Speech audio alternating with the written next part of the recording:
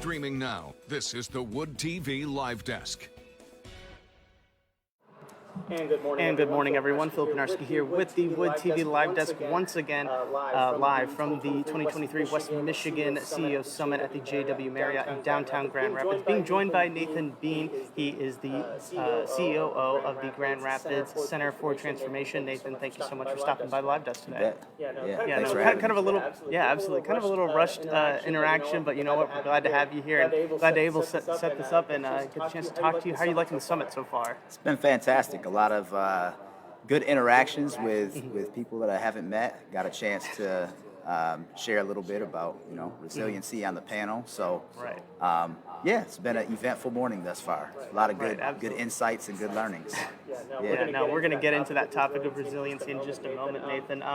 Just kind of tell us a little bit more about, for people that maybe aren't familiar with the Center for Transformation, what you guys kind of handle and sort of your role in that. Yeah, absolutely. So the Grand Rapids Center for Community Transformation is essentially a partnership between 6 different organizations. We have 3 nonprofits, Bethany Christian Services Youth Services Department that focuses a lot around workforce development, social support services, vocational training, things of that nature. There is the Grand Rapids Nehemiah Project, which does a lot of our grant management work and also serves as sort of our human resource management arm for our social businesses, and does a lot of what we call our kind of human transformation work. And so those are the 2 nonprofits. In the Grand Rapids branch of the NAACP, a lot of advocacy, redress issues, discrimination, things of that nature. And then our 3 social businesses, Building Bridges, Professional Services, a landscaping and snowplow company that hires local residents, helps build them up, upskill, provides a pathway to profit sharing and hopefully eventually ownership in that business model, and do a lot of work around landscaping and snowplowing, and then we offer those services to the community. And then we have events venue called the 1530 with Commercial Kitchen. That is also about hiring local residents, being really a place of urban inspiration and transformation, and a convening spot for the community. And then as a part of that venue, there's a commercial kitchen and a cafe that we also have down the street. So the center is really representative of all of those organizations coming under one vision, which is ultimately to see transformed communities and create opportunities for transformation. It seems like you guys have your hand in just about everything as far as Grand Rapids is concerned. Just kind of touching on that, what's sort of the future of Grand Rapids as far as you're concerned with the Center for Transformation, and how you guys plan to really kind of, proceed into the future the next couple of years and really help out West Michigan, Grand Rapids in general? Absolutely. It's a great question. So the way we really see our work at the center is really being a platform for human and organizational flourishing, sort of a springboard. And so we feel like we really have been called in a unique place and time as now to bring together, in many ways, unlikely kind of non-traditional partnerships between nonprofits and for-profits, church institutions, education, the educational universities, those institutions, government, local government, and really being a place that is facilitating and convening transformational partnerships in such a way that moves us to real solutions for some of our root cause issues in society, as well as, I feel like the future of business, in many ways, I think, is increasing levels of cross-sector partnerships.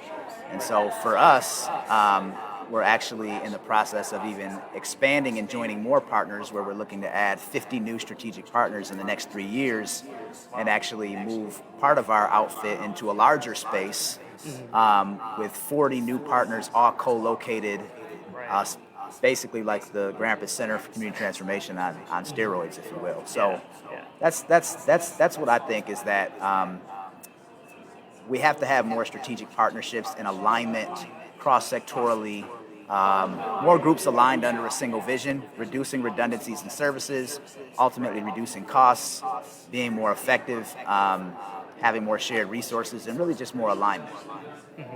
And I think with the topic of transformation, the Center for Transformation, it kind of goes hand in hand with resiliency, I feel like, which of course is the theme of the CEO Summit, trying to transform, adapt, and kind of move on and on and on. But as far as resiliency goes as a topic, how do you see that as far as a business standpoint, or really from a life perspective? How do you view resiliency and just kind of taking that next step? Yeah, absolutely. So I shared a little bit in the panel interview about how we talk about transformation. It's often it's often kind of represented as or defined as this kind of final destination, this end sort of desired outcome to be transformed. And what I would say is really transformation is a journey.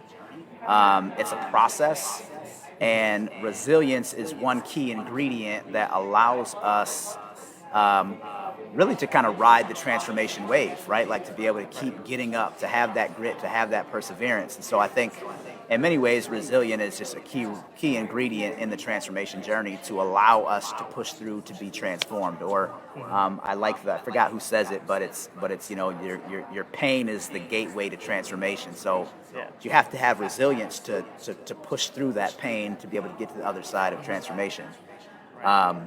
So I always say resiliency is this idea of continuing to get it up, to be able to adapt to multiple challenges and circumstances, but also over time being able to build the capacity and the perspective that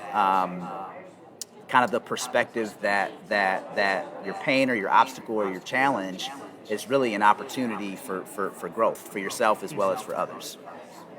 I couldn't have said it better myself. Nathan, thank you so much for stopping by at the live desk today. We'll let you get back on to the rest of the summit. Thank you. Absolutely. And I want to thank everybody else for tuning into this latest edition of the Wood TV Live Desk.